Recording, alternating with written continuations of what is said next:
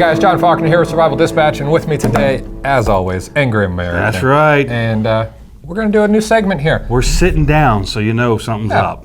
This week in the news. This week in the news. You know? It's been quite the week for news. It has been. It's been quite a few the week. things happened. A few things have happened, yeah. One thing still hasn't happened. Right. Impeachment. So, big thing, and then it just went away. All right, so overseas. Oh, overseas. What happened overseas? So we had, there was Puerto Rico lost power again. Yeah, from an earthquake. Earthquake, they lost some power. There was an earthquake in Iran. You know Bert's cousin? Brother has a farm in Puerto Rico. Yeah. So they've been hit multiple times. Oh, imagine! I can only imagine. He said they're self-sustaining. We were just talking about it a minute ago. But yeah. So let's talk about Iran. I'd go someplace else to have a farm. Nothing against Puerto Rico, guys. It's just I'm not a big fan of small island nations. Yeah, there's an earthquake in Iran, and earthquake in Iran? Yeah, there was an earthquake in Iran. Yeah. There was, yeah. And they shot down a Ukrainian airliner. Can you guys believe that? I mean, they shot it down, and they finally admitted to it too. Yeah. Well, I mean, they released the video footage of them shooting it down. So, yeah. And I guess they hurled a few ballistic goodies at a couple of our bases in Iraq. So, much ado about nothing, honestly, is what it turned out to be. Right. I mean, when it first happened, when it first kicked off, we all thought, oh crap, here it comes. Naturally, because we'd killed whatever salami or whatever. Second general. Yeah, whatever his name was, the gray-haired dude that was a bodybuilder. They said. So yeah, we hit him. Took out his car and some other folks too, and one of the guys that was in the car with him, Obama had invited to the White House. Did you know that? Didn't know. He was the leader of the Iraqi militia that Salami was over too. And yeah, Obama actually had the guy to the White House. Says a little something about the difference in administrations here. Obama invites him to the White House. Trump hits him with a hellfire. But yeah, we anticipated there'd be retaliation against that, and they kind of retaliated. Right. I think they at least made a show of retaliating, is what it looks like to me. Yeah. And then Trump's response to their retaliation to me was very curious as well. Kind of like, meh. Yeah. Almost like he knew it was going to happen. What do you think would have happened if, let's say, 5 Americans were killed on that base when those missiles hit? Airstrikes would still be going on in Iran. I think so as well. Absolutely. If they'd have killed anybody. I mean, we hit Soleimani over a contractor being killed, from what I understand, is what they're claiming. And then, so they kill a contractor, and it wasn't even him directly, it was just one of the militias affiliated. So we hit him, take him out, all his folks, and then the Iranians, of course, get mad, and they said 3 days of mourning, and I knew, all right, we got till Sunday, Monday, Tuesday, something's going to happen. And they did. So they launched a bunch of ballistic missiles, which are about as accurate as throwing darts, apparently. Yeah. They're not guided or anything, and they still didn't hit nothing. So, but at least I think it was their face-saving option to say, yes, we retaliate. And two, from what I'm understanding too, for some folks in the know, is in Iran, they're showing dead GIs everywhere. They're saying we've annihilated these people, we've killed hundreds of GIs, soldiers and Americans, we just slaughtered them. And as we all know, that's not what happened. But at home, it's a big PR stunt for them. And I think that's all that it really was a PR. They wanted to be very careful. They had to do a calculated thing. They had to do something because their people demanded it. Right. But they couldn't really walk up and kick the bear in the ass because they knew what would happen to them. They wouldn't stand a chance. Yeah. And it would have been ugly for the whole world. So thank God it all worked the way it did. I'm glad Trump was restrained. It almost has the odor of a little coordination, honestly, to me, between us and them. Really, honestly. They fire some rockets at some bases that don't mean much. Why didn't they fire them at the embassy in Baghdad? I mean, they could have. Right. Why didn't they launch them into the green zone?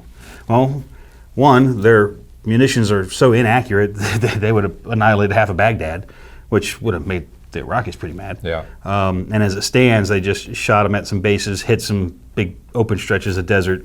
A couple of them landed, I guess, inside the wire, and no one was hurt. And we also had a pretty big lead time, I guess, too. We knew the launches were coming, so nobody was hurt. That was, the only thing that was worrisome to me a little bit was if Iraqi soldiers or innocent Iraqi civilians would have been hurt, and Iraq then retaliated to Iran, which then Iran would have stepped up again, and we would have had to then step in. I think that could potentially have happened. I think it could potentially have happened, although Iraq and Iran now are so tight. They honestly are. They're not what they used to be. Everybody thinks that they're still kind of at each other. They're not. I mean, Soleimani was in their country, had just flown in on a commercial airliner. Right. It's not like he snuck in. He didn't come in the dark of night. He flew in. Them and the Iranians are very friendly. All the PMUs, the Popular Mobilization Units, right. Those are all Iranian militias. And when you have the Iraqis in Nasiriyah that are protesting against the Iraqi government, who do they send to quell that? Iranian militias, and they killed like 600 damn people. So the government of Iraq and Iran are fairly friendly. The Iraqi people, on the other hand, really not fans of Iran. So I don't know if there had been retaliation. There may have been, but I would have, if that had happened, I would have looked at it more as Iraq would have looked at us and said, "It's your fault our people died because they were shooting at you, not us." Right. Yeah, and that could have ended badly. So from a prepping standpoint, what do you think people should have been focused on in events like this, as far as back here in America, thinking about what could potentially happen, and how to better prepare for that? There were talk about, oil prices are going to shoot through. They were already spiking that night. Gold, did you see the move gold made? Gold went like $100 in a day. Yep. It just real quick. So everybody was expecting the worst. Oil started to go up real quick. Gold moved up real fast. And so for us here, that would have been the biggest impact, economics. That would have been our biggest concern. So like when we hit Suleiman, I sent a rapid fire email off to my fuel supplier and be like, come fill my tanks right now because I knew the prices were going to go up. Yeah. So I think that was the kind of stuff we should have been looking at. Fuel prices are going to go up. Some things will get more expensive. Maybe is there some moves we can make? Obviously run out, fill the cars up, and if you've got fuel storage like I have, get that topped off so you can get it all the cheap. And everything else, I think would have been kind of a wait and see to me. There was a lot of talk of sleeper cells and everything, and I had a very interesting conversation with somebody in the know about sleeper cells, and he's all but assured me that Iranian sleeper cells do not exist. Okay. And here's why. Now that doesn't mean there's a problem, and I'll get into the other side in a minute. So let's just say Iran sends folks here to integrate into society, but to be ready to move on a moment's notice. Those have to be fairly radical, Islamic, fundamentalist kind of religious people. Ready to die for Allah, the whole thing. They sent them out of Iran, they sent them here. Well, life between Iran and here is a lot different. And they start living an American-style lifestyle, and let's just say they explore some of the seedier entertainment venues of America. And the first time they walk through the doors in one of those places, they're no longer so interested in killing themselves. Right. That's what he told me. This is what happens to them. Or they meet a girl, or stuff that they could never do in Iran. Like they could walk up and just talk to a girl here. Like you can do that, and you can't do that there. And they start scratching their heads, and they're like, wait a minute. He said the Russians had a very good sleeper cell thing happening here. It went to hell when the Soviet Union collapsed. He's like, but it doesn't work for radicalized Muslims because they get here and see the other side of the coin. They're like, wait a minute. Right. I think they're wrong over there, Now, what we do have to concern ourselves with, which we've already seen in a few places, when like the Boston bombing, that kind of thing, are people who are radicalized here. Yeah. They very well may want to take the opportunity to act out. And that still may occur. Today, as we're talking, I don't know if it's been resolved yet or not, there's an active shooter at MacDill Air Force Base. So, we had another one in Pensacola a couple weeks ago. Turned out to be some Saudi pilots who were being washed out, and they didn't want to be washed out, and they decided to start shooting at some folks. So this potential still does exist, right? But I don't think it's any worse now than it's ever been. America's, the great Satan and all that stuff. So we should keep our situational awareness up, pay attention to what's happening around you. But as always, you should already have enough food and resources, around that. A momentary blip in things like what happened because it was a spike and it was gone. It was like the flash crash. Remember that a few years ago? It happened a couple minutes and it's over. So I think that's where we're at right now. Yeah, and I think you said it, a really good phrase, kind of at your beginning there. The sit and wait is something that is often overlooked. Number one, you should work as hard as you can to be as prepared as you can beforehand. Yep. But number two, the panic buying, the panic spending, the panic, just panic, period. The panic period, You know, we see it here in Florida, where a hurricane starts to look like it's going to hit Florida. Panic buying at the stores, panic buying at gas station, panic buying generators, because nobody wants to sit and wait to see where it's actually going to go. And then it like turns and goes to North Carolina. Well, and we're victims of our own media success these days. So we can tell weeks in advance now that there's a hurricane coming. Right. And so like last year, what was it? It was a 2-week window. Yep. Oh, it's going to hit Florida. Oh, wait, no, it's not. It's moved off. Oh, it's going to hit Florida. Yep. And every time they do that, people would run out and buy. And so it was like there was the initial, it's going to hit Florida, like you just said, mass panic. Everybody ran out and bought water and gas. Gas stations are empty. Oh, it's not going to hit Florida. Fuel shows back up. Everything's cool again. And now in the meantime, it's a week. Everybody's drove their cars, going to and from work, used all that stuff. Oh, wait, it's coming again. Bam, we're out of gas again. We went through cycles of this. It happened over and over and over. So yeah, kind of take a minute to wait and see. Yep. You know, we always say too, you know, in survival, if you find yourself lost in the woods, what's the first thing you should do? Stop. Sit down and think for a minute. First thing you should do.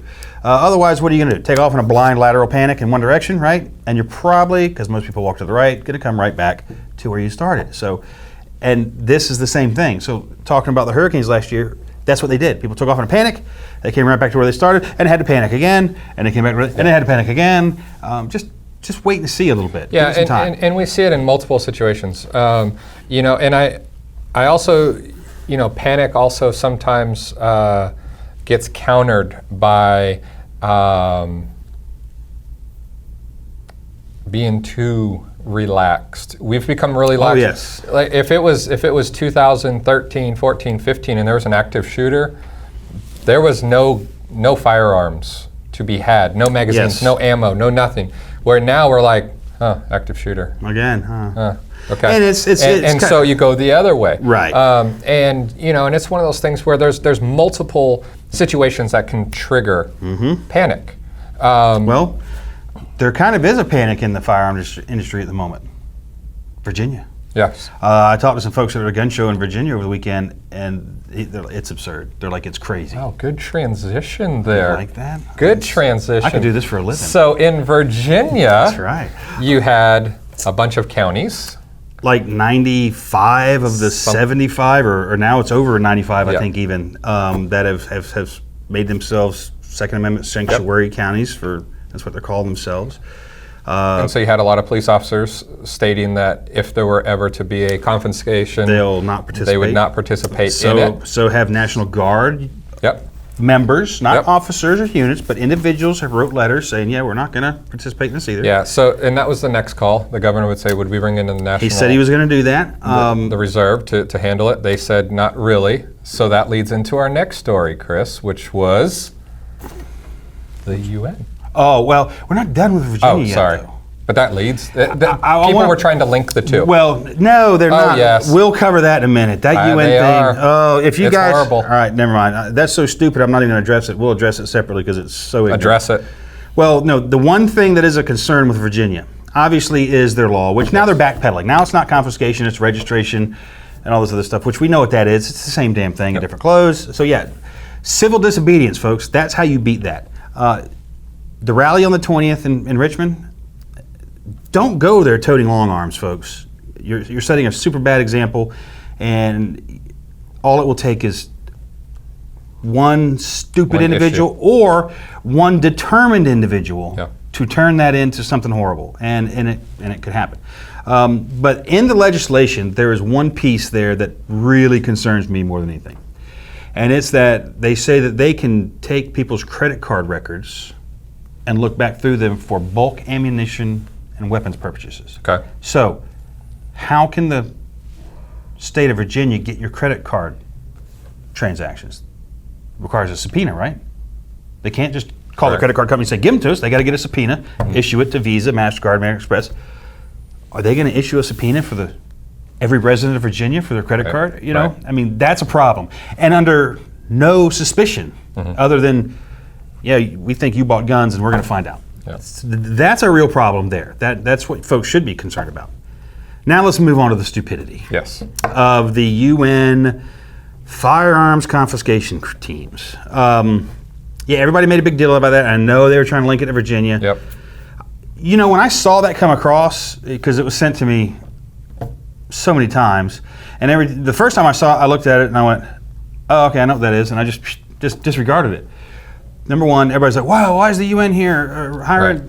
And this is what people were trying to link back to Virginia. So, you know, when county and city police officers said, "We're not going to go try to take guns from people," and then National Guard, Reserve said, "We're not going to touch that." Mm-hmm. Then it started with the UN, because the UN works under not American law for the most part. Yeah. They have their own set of rulings. Correct. Which one of the things Trump did was he removed us from that small arms treaty. Right. So this is the links that people were trying to chain it together. Our government, it doesn't work that way, folks. If the governor of Virginia signs this ludicrous legislation and decides he wants to start taking people's guns, and his own law enforcement won't comply and assist him in doing it, he cannot call the UN, and the UN then put boots on the ground. That's where the feds would step in, probably with a bunch of Marines, and be like, yeah, we're not doing that. It's not happening. Because now they're violating our sovereignty, folks. Right. That's how this works. They're violating our national sovereignty. And we all know how useless the UN is to begin with, so I wouldn't even be worried about it.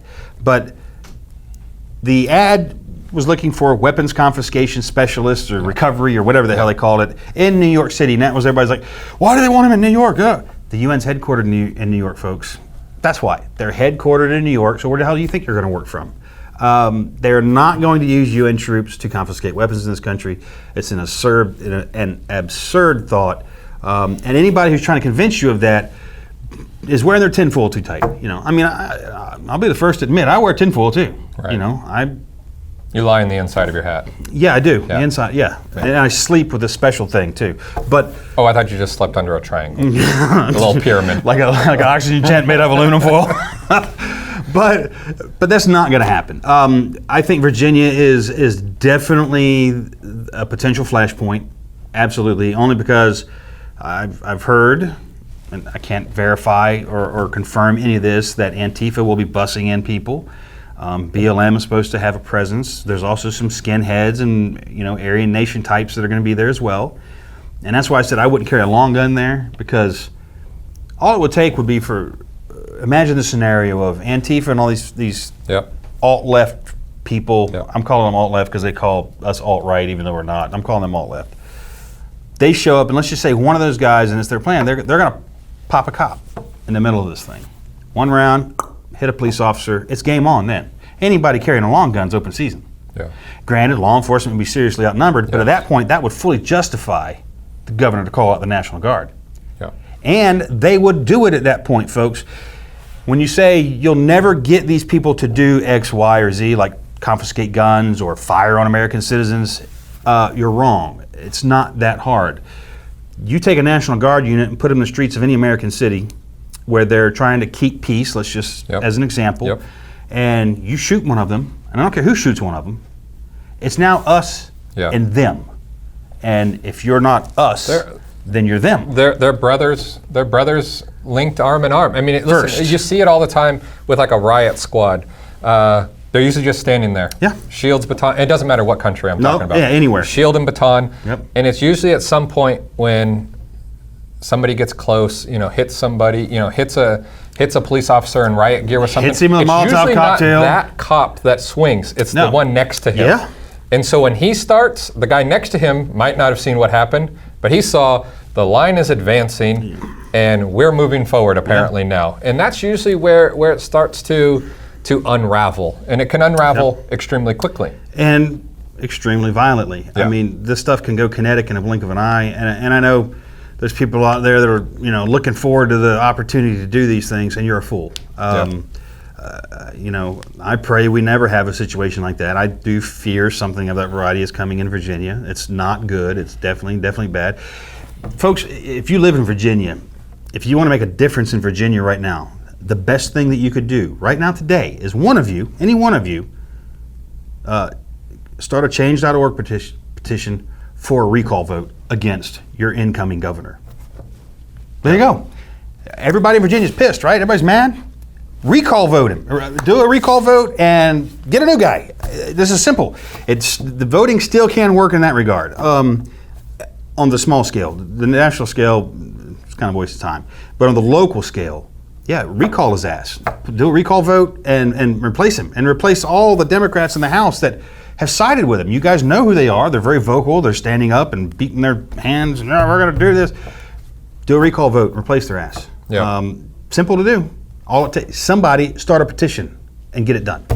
Yeah, and I will say, America over the last, I would say, couple of decades, with regards to the Second Amendment, it was a pendulum that pretty much just hung flat, just right in the middle. Mm-hmm. It pretty much just hung there. Yeah. And over the last, I would say, probably since 2012, really, it started to swing one way. Yeah.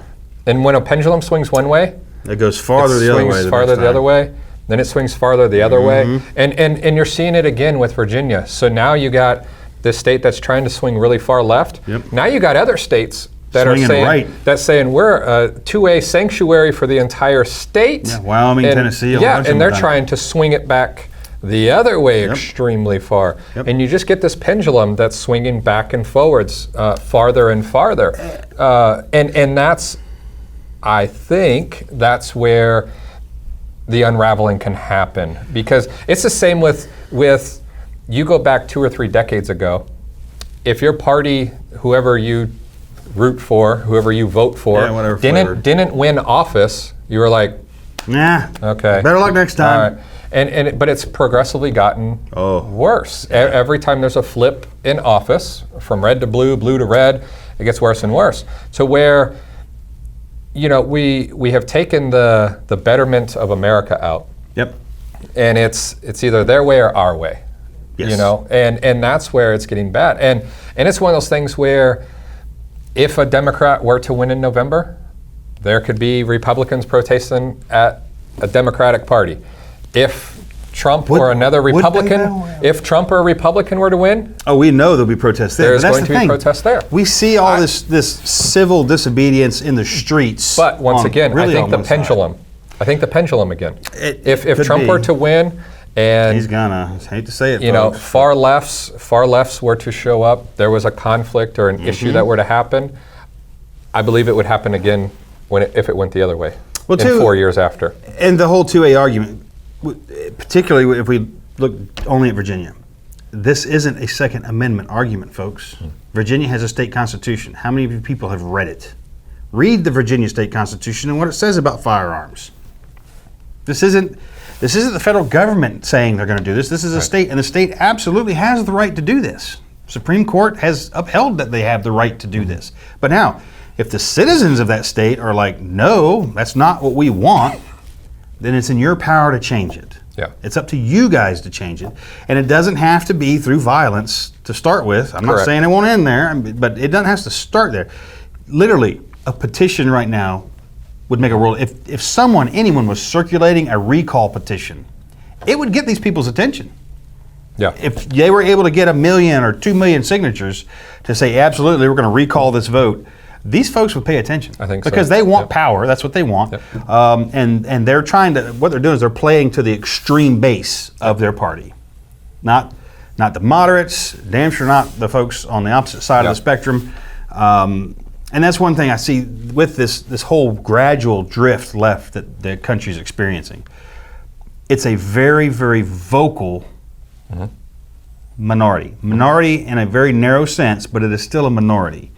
But they make a lot of noise. Whereas we, on the right side, I'm going to say, I consider myself conservative, we don't make a lot of noise.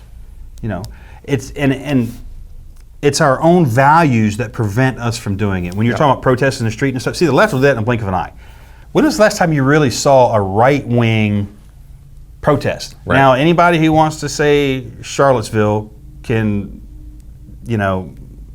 kiss me where the sun don't shine, because that was not a right-wing. That was an extreme right-wing thing. And just like there's an extreme left, there's an extreme right. They exist as well.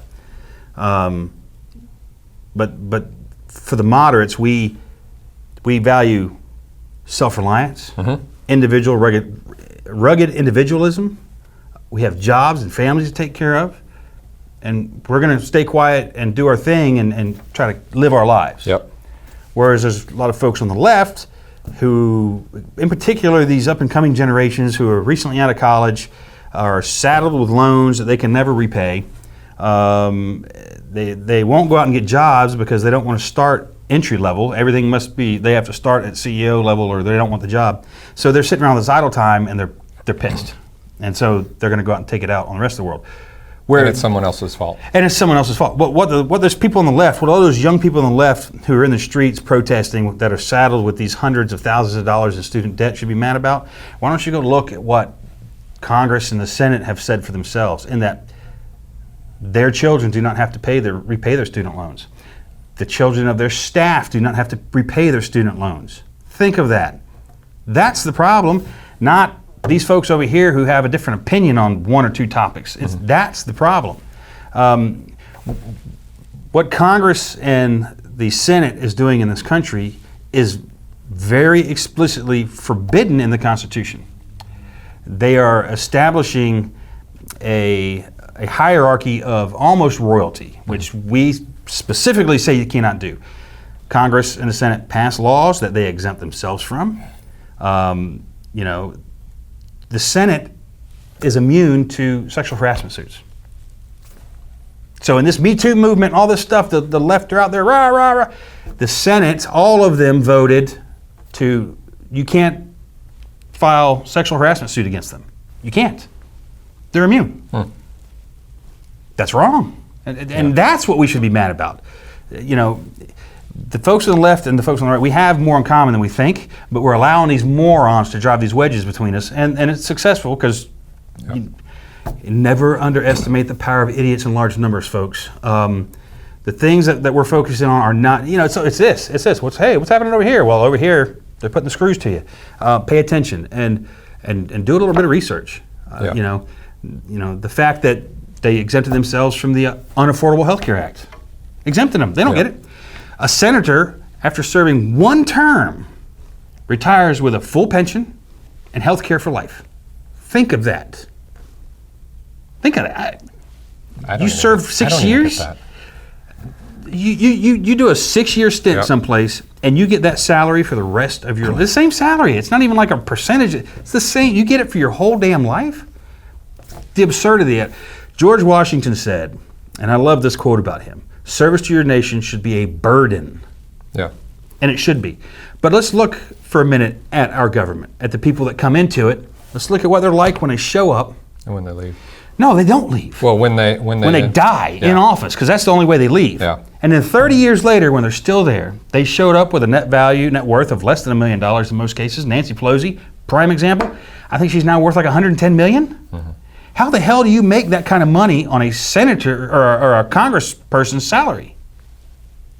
I know she's Speaker of the House, and she makes almost as much money as the president, but not quite. Right. But that's still only like $300,000 a year. How do you become worth $110 million making $300,000 a year? Yeah. She must have one hell of a financial advisor.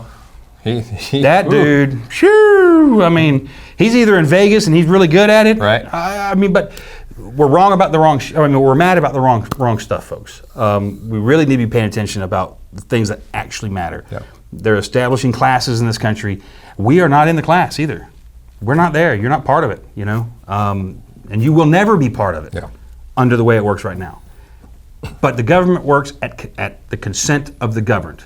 That's us, the peons, the ones that get saddled with all these taxes, and it's real simple. Withdraw consent. Withdraw consent. Civil disobedience does work. It doesn't have to be violent. Just withdraw consent. So that's that. We're going to That's the end of that TED Talk. Sorry, I got carried away. We're going to end it there. No, but this is a new segment that Chris and I are thinking about doing more and more this week in the news. So if you like it, Feel free to leave comments below. All that was in the news, though. All of it. All of it was. All of it was.